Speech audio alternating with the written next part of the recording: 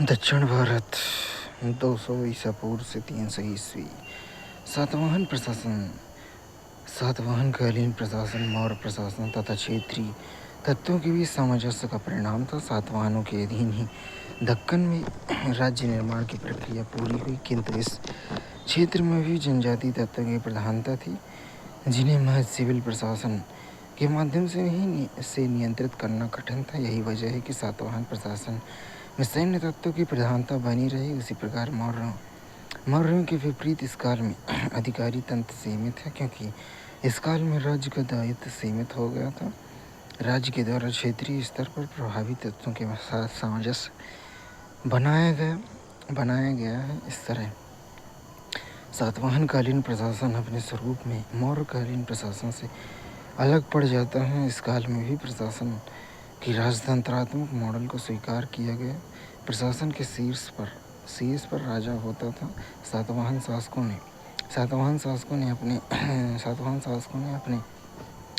अपने को क्षत्रिय की बजाय ब्राह्मण सिद्ध करने का प्रयत्न किया है। गौतमीपुत्र सातकर्णी ने अपने को एकमात्र ब्राह्मण घोषित किया है। फिर वह अपने को वर्ण व्यवस्था के रक्षक के रूप में प्रस्तुत करता है। वस्तुतः सातवाहन क्षेत्रीय तत्वों को प्रतिनिधित्व करते थे तथा एक शासक के रूप में वैधता प्राप्त करने के लिए उन्होंने अपना संबंध ब्राह्मणों से जोड़ा। इसी प्रकार अपनी सत्ता तथा प्रभाव को बेहतर स्वीकृति दिलाने के लिए उन्होंने अपनी तुलना देवताओं से कर दी। गौतमीपुत्र सातकर्णी ने अपने अभिलेखों में अपनी तुलना देवता से की है। राजा के कार्यों में सहायता के लिए मंत्रीगण होते थे, किंतु उनकी संख्या स्पष्ट नहीं है। मंत्रियों को अमात्य अथवा महामात्य कहा जाता था। राजकीय कार्य के संचालन के लिए एक लेखा विभाग होता था। प्रांतीय प्रशासन के विषय में स्पष्ट सूचना प्राप्त नहीं है। इस काल में सिविल प्रशासन का स्पष्ट विकास देखने को नहीं मिलता। इसका कारण है जनजातीय तत्वों का प्रबल होना। यही कारण है कि प्रांतों को सामान्यतः किसी सेना नायक के अधीन रखा जाता था। इसे महासेनापति कहा गया है। सातवाहन स्रोत से हमें विषय अथवा आहार की सूचना मिलती है। इसकी तुलना हम मौर्यकालीन जिला प्रशासन से कर सकते हैं। विषय अथवा आहार को अमात्य नामक अधिकारी के अंतर्गत रखा जाता था। फिर आहार के नीचे ग्रामीण प्रशासन होता था। ग्रामीण प्रशासन में मौलिक नामक अधिकारी की नियुक्ति की जाती थी। इसके अंतर्गत एक छोटी सी सेना भी रखी जाती थी, ताकि वह विद्रोही तत्वों को नियंत्रित कर सके। इस प्रकार सातवाहन प्रशासन में सैन्य तत्वों की प्रधानता बनी रही। सैन्य तत्वों की प्रचुरता का अनुमान इस बात से लगाया जा सकता है कि सातवाहन अभिलेख में स्कंधावार शब्द का प्रयोग हुआ है। स्कंधावार का अर्थ है सैनिक मुख्यालय। जनजातीय तत्वों के नियंत्रण स्थापित करने के लिए महज सैनिक तत्व ही पर्याप्त नहीं हो सकते थे। यही वजह है कि आर्य संस्कृति के प्रसार के माध्यम से भी राज्य ने अपनी शक्ति और प्रभाव क्षेत्र का विस्तार करने का निर्णय लिया। फिर भूमि अनुदान के माध्यम से राज्य के द्वारा दूरवर्ती क्षेत्रों में ब्राह्मणों एवं बौद्ध भिक्षुओं को स्थापित किया गया। ब्राह्मणों के द्वारा वर्ण व्यवस्था का प्रसार किया गया। वहीं बौद्ध भिक्षुओं ने भी लोगों को अनुशासित जीवन जीने की शिक्षा दी। इस प्रकार भूमि अनुदान राज्य की शक्ति एवं प्रभाव के विस्तार का एक माध्यम बन गया।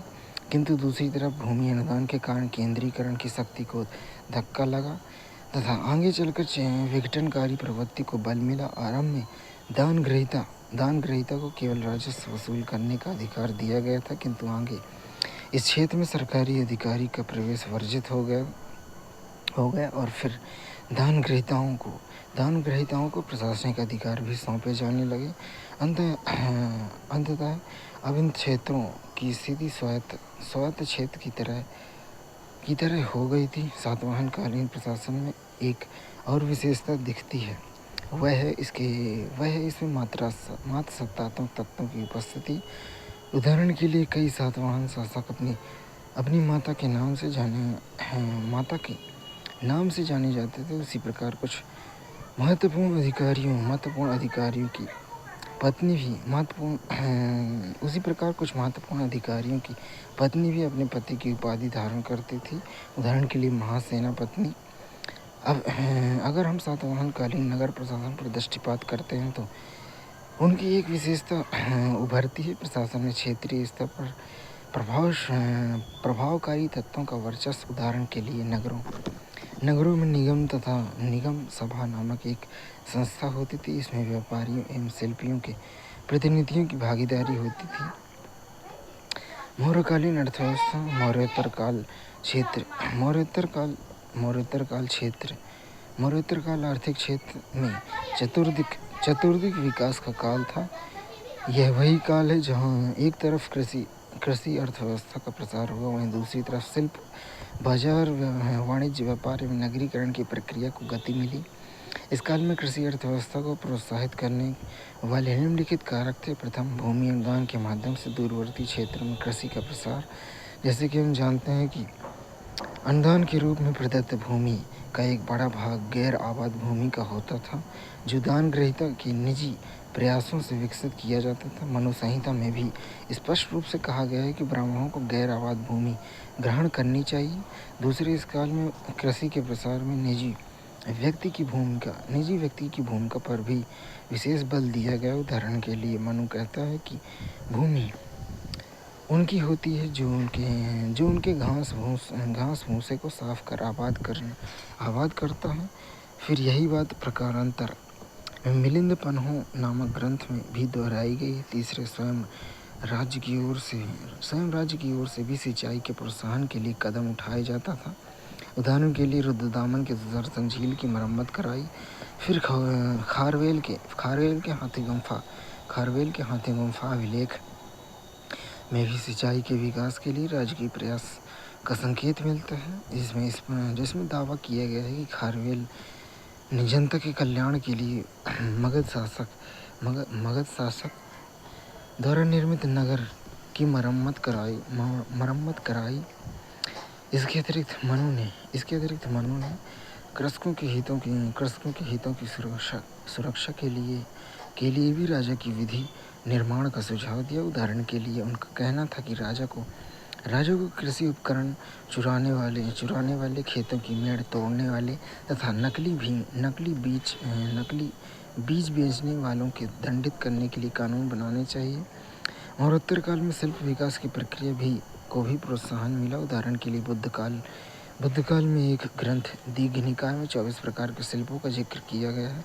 वहीं मौर्यकालीन ग्रंथ महावस्तु में मात्र 36 प्रकार के शिल्पों का विवरण मिलता है, किंतु मौर्योत्तर कालीन ग्रंथ मिलिंद पन्हों में 75 प्रकार के व्यवसायों का विवरण दिया गया है। इसमें 60 स्पष्ट रूप में शिल्पियों से जुड़े हुए हैं। फिर इस काल में अलग अलग क्षेत्र में अलग अलग प्रकार के उत्पादों का जिक्र मिलता है। उदाहरण के लिए उज्जैन मनका बनाने के कार्य हेतु प्रसिद्ध था। मथुरा एक विशेष प्रकार के वस्त्र साटक के उत्पादन के लिए प्रसिद्ध है। उसी प्रकार दक्षिण में अरिकामेरु और उरैयूर वस्त्रों की रंगाई के काम के लिए जाना जाता था। इस काल में विदेशी यात्रियों ने भी भारत में विभिन्न प्रकार के उत्पादन केंद्रों का जिक्र किया है। उदाहरणार्थ प्लिनी भारत को रत्नों की एकमात्र जननी कहता है। उसी प्रकार पेरिप्लस नामक ग्रंथ में कोल्ची कोरकई को मोती उत्पादन का केंद्र बताया गया है। ईसा पूर्व 200 एवं 300 ईस्वी के बीच वाणिज्य व्यापार को प्रेरित करने वाले निम्नलिखित महत्वपूर्ण कारक थे। प्रथम, कृषि अर्थव्यवस्था के प्रसार के परिणाम स्वरूप एक आर्थिक दृष्टि से संपन्न वर्ग अस्तित्व में आया। फिर उसने वस्तुओं की मांगें बढ़ा दी, विशेषकर विलासिता संबंधी सामग्रियों की मांग बढ़ाने में इस वर्ग की विशिष्ट भूमिका रही। दूसरे, इस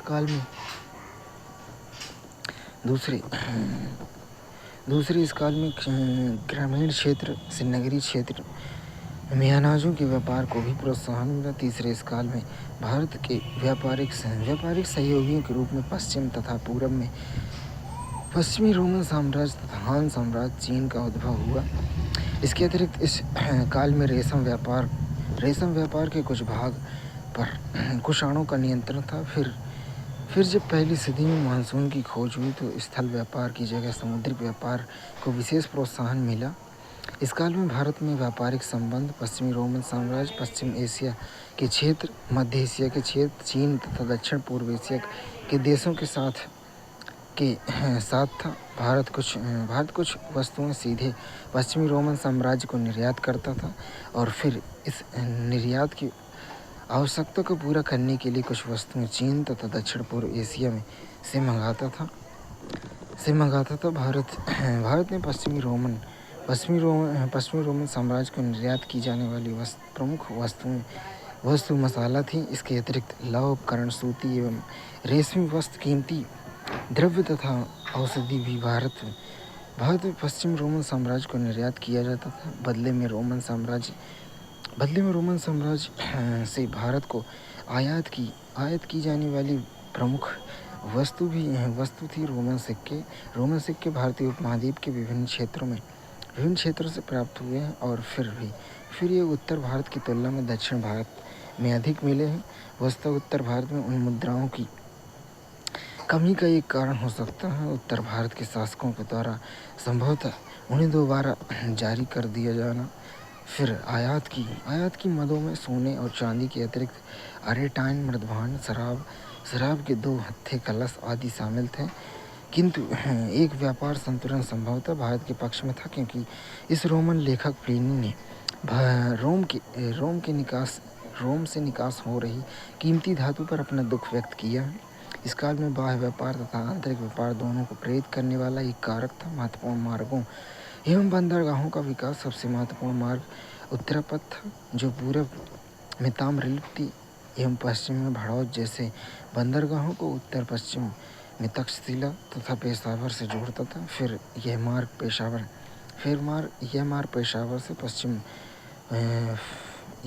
पेशावर से मध्य एशिया के रेशम मार्ग से जुड़ जाता था। उसी प्रकार इस काल में दक्षिणापथ का विकास हो चुका था। दक्षिणापथ एक महत्वपूर्ण मार्ग उज्जैन को अमरावती से जोड़ता था। फिर एक दूसरा मार्ग का विकास मुजिरिस और कावेरी पट्टनम के बीच हुआ था। फिर इस काल में कई महत्वपूर्ण बंदरगाहों का विकास हुआ। उदाहरण के लिए उत्तर में 2 महत्वपूर्ण बंदरगाह बारबरिकम तथा बेरी गाजा भड़ौच थे। बारबरिकम सिंधु नदी के मुहाने पर स्थित, वहीं भड़ौच गुजरात के तट पर था। पूर्व में ताम्रलिप्ति भी एक महत्वपूर्ण बंदरगाह था। इसके अतिरिक्त पेरिप्लस नामक ग्रंथ में बंदरगाहों की एक सूची दी गई है। इसमें कुछ बंदरगाह यथा टिंडिडस, मुजिरिस, नेलसिंडा आदि मालाबार तट पर तथा अरिकमेडु, कावेरी पट्टनम एवं कोरकई आदि कोरोमंडल तट पर स्थित थे। मौर्योत्तर काल में व्यापारी और शिल्पी संघ तथा श्रेणी संगठित थे। इस संघ अथवा श्रेणियों का न केवल आर्थिक जीवन में वरन सामाजिक जीवन में भूमिका थी। इन श्रेणियों को स्वायत्तता प्राप्त थी। इन्हें अपने सदस्यों के सामाजिक जीवन के नियमन को भी अधिकार था। इनकी अपनी मुहर होती थी तथा इनके अपने झंडे होते थे। इसके साथ ही इनके अपने कानून थे, जो राजकीय कानून के समकक्ष होते थे। इन श्रेणियों एवं संघों के द्वारा बौद्ध तथा जैन धर्मों को प्रचुर मात्रा में अनुदान दिया गया। ईसा पूर्व 200 से 300 ईस्वी के बीच का काल मुद्रा अर्थव्यवस्था के विकास की दृष्टि से प्रगति का काल माना जाता है। फिर यह वही काल है जब द्वितीय नगरीकरण अपने विकास की उच्च स्थिति में पहुंचा। इस काल में न केवल सोने एवं चांदी के वरन तांबे, कांसे, शीशे के सिक्के भी जारी किए गए। उदाहरण के लिए सातवाहन शासकों ने शीशे के सिक्के भी जारी किए। इस काल में कुषाण शासकों के अंतर्गत मथुरा, बनारस आदि नगरों का विकास हुआ। वहीं शकों के अंतर्गत उज्जैन एक प्रमुख नगर के रूप में विकसित हुआ।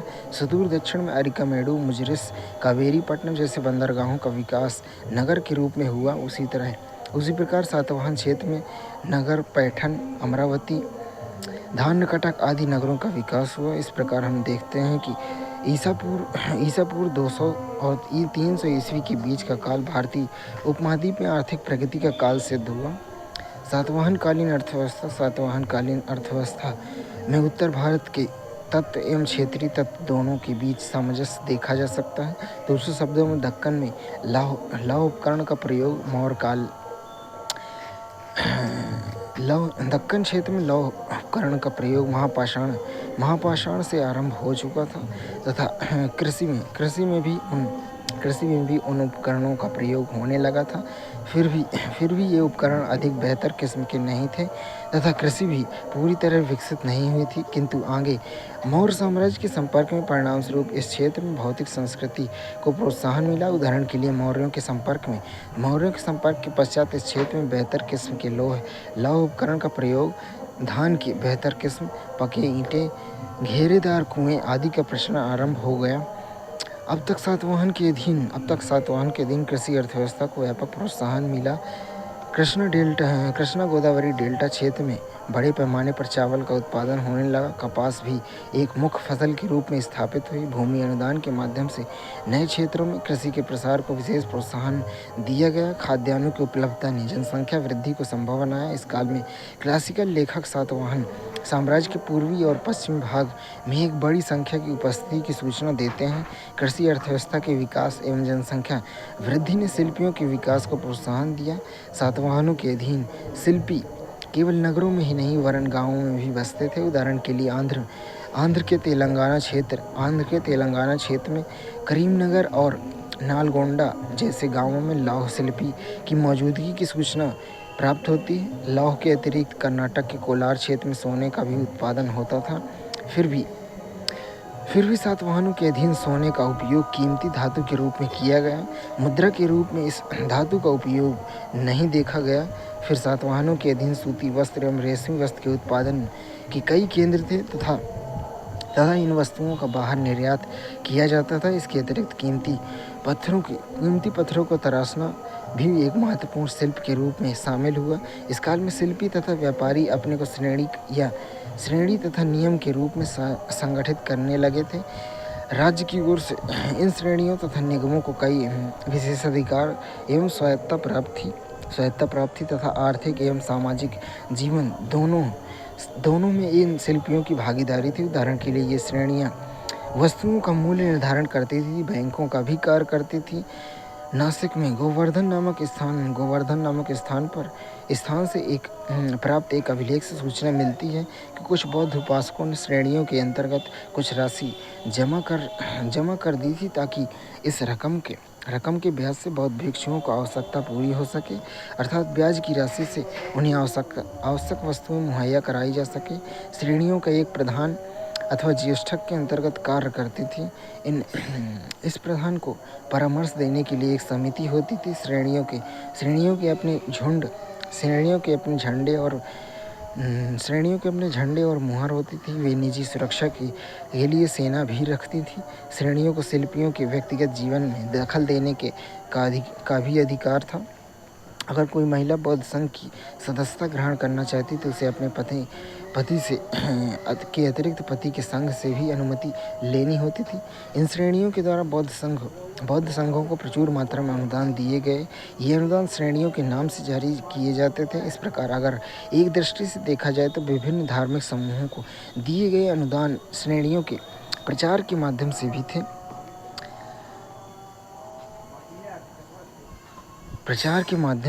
सातवाहनों के अधीन आंतरिक एवं बाह्य व्यापार दोनों उन्नत व्यवस्था में थे। आंतरिक व्यापार की भूमिका कृषि उत्पादों की थी जो ग्रामीण क्षेत्रों से नगरीय क्षेत्रों को भेजे जाते थे। बाह्य व्यापार में सातवाहन राज्य एक व्यापारिक नेटवर्क से जुड़ा हुआ था जो पूर्व में चीन एवं दक्षिण पूर्व एशिया क्षेत्र से लेकर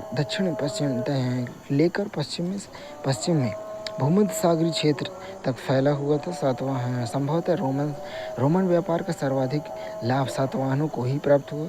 इसका एक महत्वपूर्ण कारण ये पश्चिमी तट के दो महत्वपूर्ण बंदरगाहों भड़ाउच और सोपारा का सातवाहन राज्य के अधीन होना। इन बंदरगाहों पर न केवल सातवाहन क्षेत्र से वस्तुएं भेजी जाती थीं वरन शक एवं कुषाण क्षेत्र से भी वस्तुएं आती थी। इस काल में निर्यात की वस्तुएं, विभिन्न प्रकार के मसाले, सूती वस्त्र, मलमल मलमल लौह वस्तुएं, कीमती पत्थर आदि थे। रोमन साम्राज्य की आवश्यकता को पूरा करने के लिए यहाँ पूर्वी देशों में कुछ वस्तुओं का आयात भी किया जाता था। इस काल में रोमन में दक्कन क्षेत्र में बड़े पैमाने पर कीमती धातु तथा सिक्के लाए गए। इसके अतिरिक्त शराब के 2 हत्थे कलश और अरेटाइन मृतभांड का आयात किया जाता था। एक रोमन लेखक टॉलमी ने सातवाहन राज्य के अधीन विदेशी व्यापार पर प्रकाश डाला है। विकसित वाणिज्य व्यापार में मुद्रा अर्थव्यवस्था तथा नगरीकरण की प्रक्रिया को बल प्रदान किया। सातवाहन शासकों ने बड़े पैमाने पर सिक्के जारी किए। उसके द्वारा न केवल चांदी एवं तांबे के वरन टिन, पोटीन, शीशे के सिक्के भी जारी किए गए।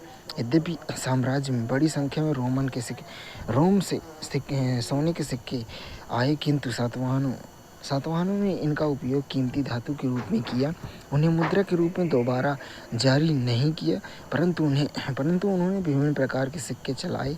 शीशे के सिक्के जारी करने के लिए रोम से शीशे का आयात किया जाता था। हमें साहित्यिक विवरण तथा पुरातात्विक साक्ष्य दोनों स्रोतों से सिक्कों के विषय में जानकारी प्राप्त होती है। पुरातात्विक उत्खनन में दक्कन क्षेत्र में सिक्के बनाने वाले सांचे भी मिले हैं। इसमें ऐसा सांचा भी मिला है जिसकी सहायता से एक साथ 6 सिक्के निर्मित किए जा सकते थे। इस प्रकार सातवाहनों के अधीन मुद्रा अर्थव्यवस्था विकसित अवस्था में थी। फिर उपयुक्त परिवर्तनों ने वर्गीकरण को प्रोत्साहन दिया। सातवाहनों के अधीन नगर पैठन, अमरावती, धानकटक, नागार्जुन कोंड आदि महत्वपूर्ण नगर के रूप में विकसित हुए। हड़ौच एवं सोपारा भी बंदरगाह के रूप में स्थापित थे। सातवाहनों के दिन भूमि अनुदान का साहित्यिक साक्ष्य पूर्व काल से ही उपलब्ध है, किंतु भूमि अनुदान का प्रथम पुरालेखी साक्ष्य सातवाहनों के अधीन प्राप्त हुआ है। यह प्रथम सदी ईसा पूर्व से संबंध है तथा यह अनुदान यज्ञ कराने वाले किसी पुरोहित को दिया गया है। इसके बाद भूमि अनुदान के अनेक उदाहरण मिलते हैं तथा इसके प्रकार भी अलग अलग हैं। ये भूमि अनुदान ताम्रपत्र पर खुदे थे। यही कारण है कि इसके प्रमाण आज भी उपलब्ध है। सातवाहनों के द्वारा ब्राह्मण एवं बौद्ध भिक्षु दोनों को बड़ी संख्या में भूमि अनुदान दिए गए। भूमि अनुदान को प्रेरित करने वाले कई कारक थे। प्रथम कारक, भूमि अनुदान के माध्यम से दूरस्थ क्षेत्रों में कृषि का प्रसार संभव था, क्योंकि अनुदान में दी गई भूमि का एक भाग गैर आबाद भूमि की होती थी। फिर भूमि अनुदान के माध्यम से राजा ने अपनी शक्ति और प्रभाव का विस्तार करना चाहा। इसके माध्यम से जनजातीय क्षेत्रों में आर्य संस्कृति का भी प्रसार हुआ। इसके अतिरिक्त भूमि अनुदान के पीछे उत्तरदायी एक कारण माना जाता है सामाजिक संकट की स्थिति जो समकालीन पुराणों में कलयुग की अवधारणा के रूप में अभिव्यक्त हुई है। यहाँ कलयुग से तात्पर्य वर्ण व्यवस्था के विरुद्ध विद्रोह है, अर्थात वैश्यों ने कर देने तथा शूद्रों से सेवा करने से इनकार कर दिया। अंततः ऐसा माना जाता है कि इस सामाजिक संकट का सामना करने के क्रम में राजा द्वारा भूमि अनुदान की पद्धति अपनाई गई। भूमि अनुदान के कई सकारात्मक परिणाम भी सामने आए थे। प्रथम, भूमि अनुदान के माध्यम से गैर आबाद भूमि को आबाद किया गया। दूसरे, सातवाहन शासकों ने भूमि अनुदान के माध्यम से जनजाति क्षेत्रों में अपने प्रभाव का विस्तार किया। जहां ब्राह्मण पुरोहितों ने कबीलाई तत्वों को वर्ण व्यवस्था की ओर आकर्षित किया, वहीं बौद्ध भिक्षुओं ने उन्हें अनुशासित जीवन की शिक्षा दी। इनसे कुल मिलाकर राज्य को लाभ मिला, किंतु भूमि अनुदान का नकारात्मक प्रभाव कहीं अधिक व्यापक सिद्ध हुआ। इसके कारण केंद्रीकरण का ह्रास हुआ तथा आंग राज्य व्यवस्था का स्वरूप सामंती होता गया। यद्यपि आरंभ में दान ग्रहीताओं को केवल राजस्व प्राप्त करने का अधिकार था, किंतु आगे उस क्षेत्र में राजकीय अधिकारियों का प्रवेश वर्जित हो गया और फिर दान ग्रहीताओं को प्रशासनिक अधिकार भी सुपुर्द किए जाने लगे। इस तरह का प्रथम साक्ष्य हमें दूसरी सदी में गौतमीपुत्र सातकर्णी के अभिलेख में मिलता है, किंतु परवर्ती काल में चलकर यह प्रवृत्ति सामान्य हो गई।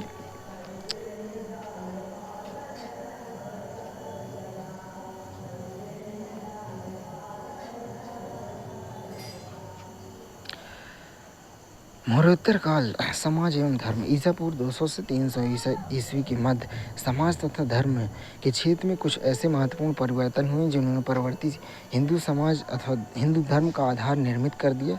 इस काल में समाज को प्रभावित करने वाले दो महत्वपूर्ण कारण थे। भारतीय समाज की बड़ी संख्या में विदेशी तत्वों का आत्मसातीकरण तथा बड़ी संख्या में जनजातीय तत्वों का आत्मसातीकरण, अर्थात इस काल में बड़ी संख्या में विदेशी तत्वों का आगमन हो रहा था तथा ये विदेशी तत्व शासक वर्ग से संबंध थे। दूसरे, इस काल में भूमि अनुदान के साथ जनजातीय जनसंख्या इस कृषक जनसंख्या में ढल रही थी तथा उन्हें वर्ण व्यवस्था में शामिल किया जा रहा था। इसके अतिरिक्त इस काल में इस प्रकार का सामाजिक संकट भी उत्पन्न हुआ जिसकी अभिव्यक्ति समकालीन पुराणों में कलयुग की अवधारणा के रूप में हुई है। इसका अर्थ है कि निचले वर्ग के लोगों का उच्च वर्ग के लोगों के विरुद्ध विद्रोह। मनु संहिता में भी इस संकट की ओर संकेत है, क्योंकि इसमें निम्न वर्ण के लोगों के विरुद्ध उच्च वर्ण की एकता की बात की गई है। उपरोक्त परिवर्तनों ने इस प्रकार सामाजिक तनाव उत्पन्न कर दिया। वास्तव मनु को इस सामाजिक चुनौती का सामना करना पड़ा। इसी क्रम में मनु ने एक जटिल सामाजिक व्यवस्था को स्थापित किया। सामाजिक व्यवस्था के प्रति मनु की दृष्टि अत्यंत कठोर दिखती है। मनु ने एक बार पुनः ब्राह्मणवादी विशेषाधिकारों पर बल दिया तथा उन्हें वर्ण व्यवस्था की शुद्धता को बनाए रखना चाहा। इस काल की सामाजिक व्यवस्था का दूसरा महत्वपूर्ण अभिलक्षण यह वर्ण संकरों की संख्या में विस्तार। उदाहरण के लिए बौद्ध ग्रंथ में जहाँ वर्ण संकर जातियों की संख्या 12 थी, वहीं मनु संहिता में इसकी संख्या बढ़कर 61 हो गई। इस प्रकार आरंभ में मनु ने विदेशियों को म्लेच्छ कहकर तिरस्कृत किया, किंतु आगे द्वितीय स्तर के क्षत्रिय का दर्जा देकर वर्ण व्यवस्था में सम्मिलित कर लिया। शूद्रों के प्रति मनु की दृष्टि कठोर दिखती है। कौटिल्य ने जहाँ शूद्रों को वार्ता का अर्थात व्यापार एवं कृषि द्वारा जीवन यापन अधिकार दिया था, वहीं मनु के द्वारा उसके दो ही कर्तव्य निर्धारित किए गए, शिल्प और सेवा। वास्तव मनु का बल इस बात पर रहा कि उत्पादन करने वाले निम्न वर्णों की संख्या में विस्तार हो। वही अधिशेष प्राप्तकर्ता उच्च वर्ण की संख्या सीमित रहे। उसी प्रकार वर्ण की शुद्धता को बनाए रखने के लिए मनु ने महिलाओं को पुरुषों के अधीन कर दिया। इस काल में विधवा विवाह पर पाबंदी लगा दी गई, बाल विवाह को प्रोत्साहन दिया गया। फिर मनु ने महिलाओं को संपत्ति के अधिकार से वंचित रखा। इस प्रकार हम देखते हैं कि मनु संहिता ने ही परवर्ती काल की कठोर हिंदू सामाजिक व्यवस्था की आधारशिला निर्मित कर दी। इस काल में धर्म के क्षेत्र में भी कुछ महत्वपूर्ण अभिलक्षण उभर कर आए हैं। इस काल में धार्मिक व्यवस्था को प्रेरित करने वाला महत्वपूर्ण कारक था जनजातीय तत्वों का आत्मसातीकरण। इस तथ्य ने न केवल उपासना के स्तर पर वरन अवधारणा के स्तर पर भी धर्म को प्रभावित किया। उदाहरण के लिए अवधारणा के रूप में भक्ति का विकास हुआ। वस्तु भक्ति की अवधारणा जैसे आर्य पंथों से संबंध रही थी, किंतु इस काल में भक्ति की अवधारणा ने लगभग सभी समकालीन पंथों को प्रभावित किया। भक्ति के प्रभाव में बौद्ध धर्म के अंतर्गत महायान शाखा का विकास हुआ। उसी प्रकार ब्राह्मण वर्गों के पंथों के अंतर्गत वैष्णव भक्ति, शैव भक्ति का विकास हुआ।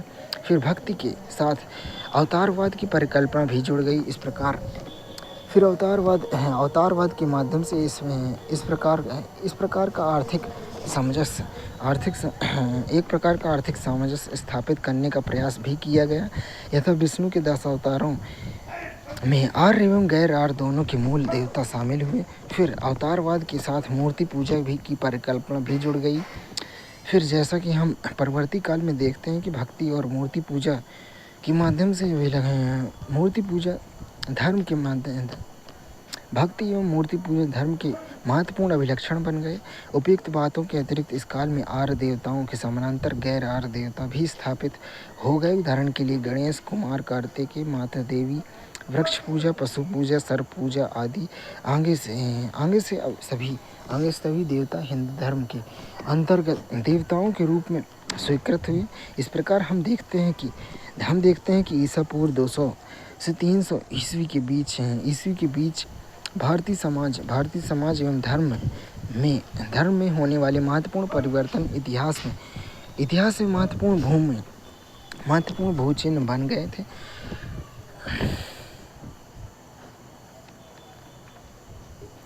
मरणोत्तर काल में धर्म के क्षेत्र में होने वाले परिवर्तन धार्मिक व्यवस्था को प्रेरित करने वाले कारक में इस काल में भूमि अनुदान के कारण दूरस्थ क्षेत्रों में पुरोहित वर्ग स्थापित हुआ तथा एक बड़ी जनजाति जनसंख्या कृषक जनसंख्या में ढली। इसके परिणाम स्वरूप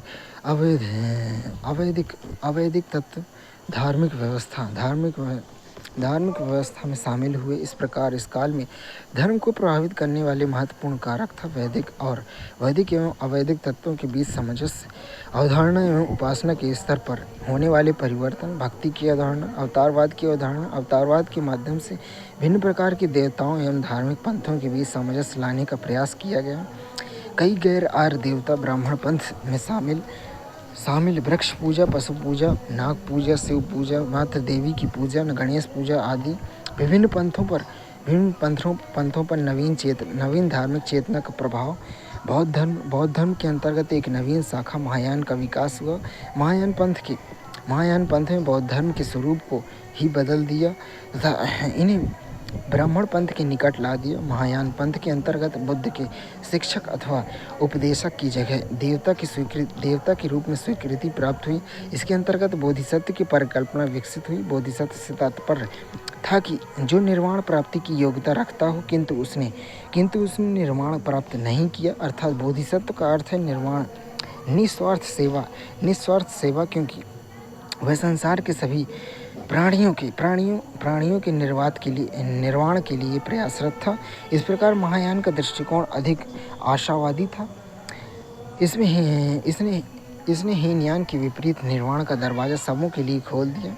महायान बौद्ध शाखा के विकास का कारण जनजाति तत्वों के आत्मसातीकरण के परिणाम स्वरूप बौद्ध मत के स्वरूप में परिवर्तन आने लगा तथा इस पर भक्ति का प्रभाव बढ़ने लगा। इस काल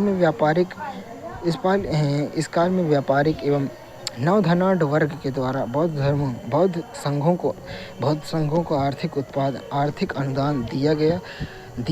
इससे भी बौद्ध पंथ के स्वरूप में परिवर्तन आया। जब बौद्ध पंथ का प्रसार पश्चिम एशिया एवं मध्य एशिया में हुआ तो फिर धीरे धीरे उन क्षेत्रों में भी वैचारिक आदान प्रदान हुआ। इसने भी इसके स्वरूप को प्रभावित किया।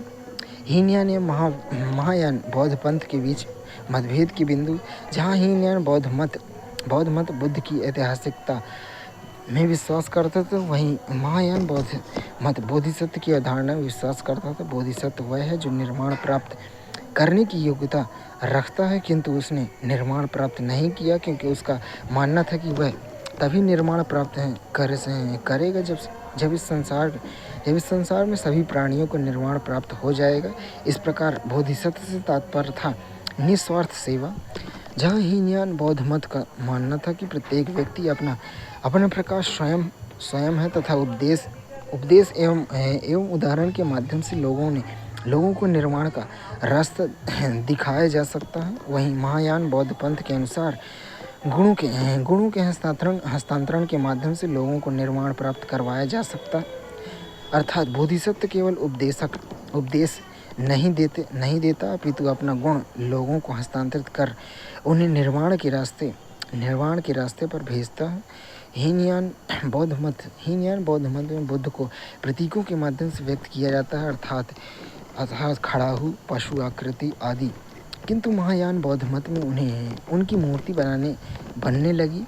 हीनयान बौद्ध धर्म पाली भाषा में संकलित हुए थे, जबकि महायान बौद्ध ग्रंथ संस्कृत भाषा में। हीनयान बौद्ध मत मरकट न्याय का पालन करता था, जबकि महायान मत मर्जार न्याय का। मरकट न्याय बंदर, मर्जार न्याय बिल्ली। महायान बौद्ध मत का प्रभाव बड़ी संख्या में स्तूप चैत्य विहारों का निर्माण आरंभ हुआ। बुद्ध एवं बोधिसत्व की मूर्तियों का निर्माण होने लगा। इस कारण से बौद्ध पंथ की लोकप्रियता बढ़ी, बौद्ध पंथ के स्वरूप में परिवर्तन आया। इसके कारण वे ब्राह्मण पंथ के निकट आ गया। अंत आगे चलकर ब्राह्मण पंथ ने अपने अंदर समाहित कर लिया। यह एक महत्वपूर्ण कारण था कि भारत से बाहर भी उसका अस्तित्व रहा, किंतु भारत के अंदर ही ये लुप्त हो गया था। सातवाहनों के अधीन बौद्ध केंद्र सातवाहन शासकों ने ब्राह्मण पंथ के अतिरिक्त बौद्ध धर्म को व्यापक संरक्षण दिया। इस काल में बौद्ध धर्म के स्वरूप में भी परिवर्तन आने लगा था। ईसा की आरंभिक शताब्दियों में महायान बौद्ध धर्म का विकास हुआ। महायान बौद्ध धर्म के अंतर्गत स्तूप एवं बोधिसत्व की पूजा हो गई थी। इस काल में बड़ी संख्या में उत्तर भारत से दक्षिण भारत की ओर बौद्ध भिक्षुओं का आगमन हुआ। अंततः इन भिक्षुओं के निवास के रूप में विहारों का निर्माण किया गया। साथ ही बौद्धों की पूजा गृह के चैत्य में चैत्यों का निर्माण हुआ। इन चैत्यों के केंद्र में एक स्तूप भी होता था। सातवाहनों के अधीन पश्चिमी क्षेत्र में बड़ी संख्या में चैत्य एवं विहार अस्तित्व में आए। उदाहरण के लिए नासिक, कार्ले, भज, पितलखोरा आदि क्षेत्र में चैत्यों की स्थापना हुई। फिर आंध्र क्षेत्र में अमरावती एक महत्वपूर्ण बौद्ध केंद्र के रूप में उभरा। यहाँ संगमरमर से निर्मित एक स्तूप का साक्ष्य मिलता है। अमरावती में एक मूर्ति कला से संबंधित एक पृथक स्तूप का विकास हुआ। फिर सातवाहनों के अधीन बौद्ध केंद्र के रूप में नागार्जुन कोंडा भी उभरा। यद्यपि इसका व्यापक विकास इक्ष्वाकुओं के अधीन देखा गया। इक्ष्वाकु सातवाहनों के पश्चात आंध्र क्षेत्र में स्थापित हुए थे। इस प्रकार सातवाहनों के अधीन दक्षिण भारत में बौद्ध धर्म के लिए एक ठोस आधार तैयार हुआ। फिर परवर्ती काल में दक्षिण भारत के विभिन्न क्षेत्रों में इस धर्म का प्रसार देखा गया तथा आगे पल्लवों के अधीन कांचीपुरम बौद्ध शिक्षा का केंद्र बन गया। जैन पंथ भी श्वेतांबर दिगंबर दो शाखाओं में विभाजित हो गया। श्वेतांबर शाखा ने मूर्ति पूजा को स्वीकार कर लिया। फिर भी जैन ने अपनी विशिष्टता बनाए रखी क्योंकि वह महावीर के शिक्षा से बहुत ज़्यादा विचलित नहीं हुआ था। आगे श्वेतांबरों का केंद्र गुजरात में हो गया तथा दिगंबर कर्नाटक की ओर बढ़ गए। ब्राह्मण पंथ को भी भक्ति ने प्रभावित किया। भक्ति के प्रभाव में शैव भक्ति तथा वैष्णव भक्ति का विकास हुआ। विष्णु के 10 तथा शिव के 28 अवतारों की परिकल्पना की गई। वैष्णव धर्म आर्य एवं गैर आर्य पंथों के बीच सामंजस्य के परिणाम स्वरूप वैष्णव पंथ का विकास हुआ। जैसा कि हम जानते हैं, विष्णु एक वैदिक देवता थे। पहली बार विष्णु की चर्चा ऋग्वेद में मिलती है। फिर आगे चर्चा विष्णु कुछ गैर आर्य देवता से भी जुड़ गए। इस प्रकार एक गैर आर्य देवता वासुदेव थे, जो मथुरा की पांच दृष्टि नायकों से संबंध थे। ये विष्णु नायक थे: वासुदेव, कृष्ण, संकर्षण, बलराम, शांब, प्रद्युम्न, अनिरुद्ध। ये संभवतः क्षेत्रीय नायक थे, जिन्हें आगे चलकर देवता का दर्जा मिल गया। वासुदेव कृष्ण की उपासना में भक्ति पर विशेष बल दिया गया। प्रथम सदी में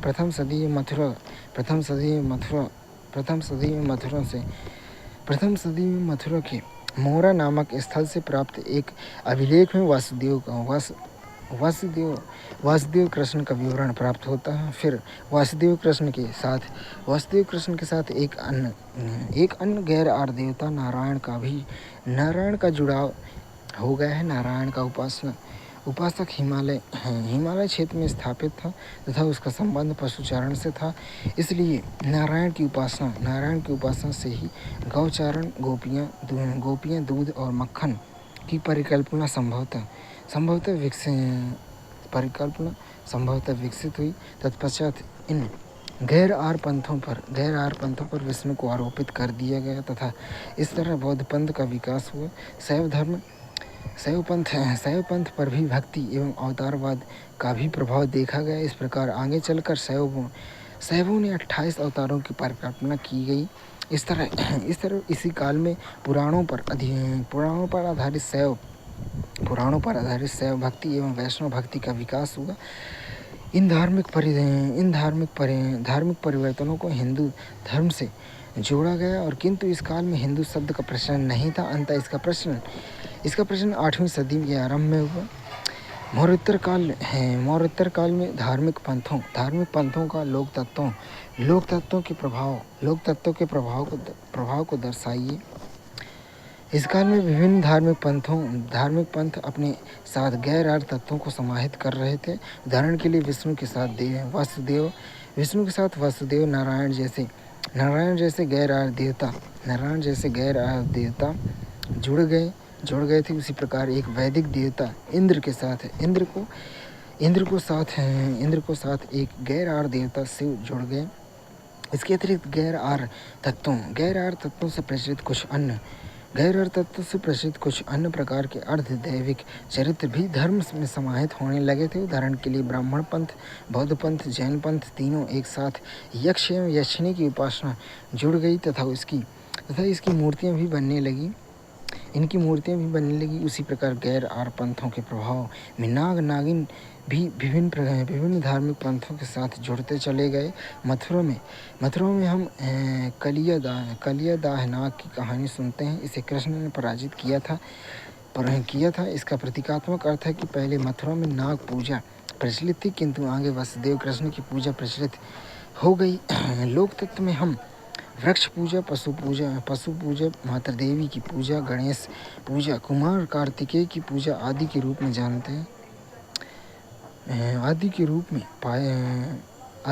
पाते हैं।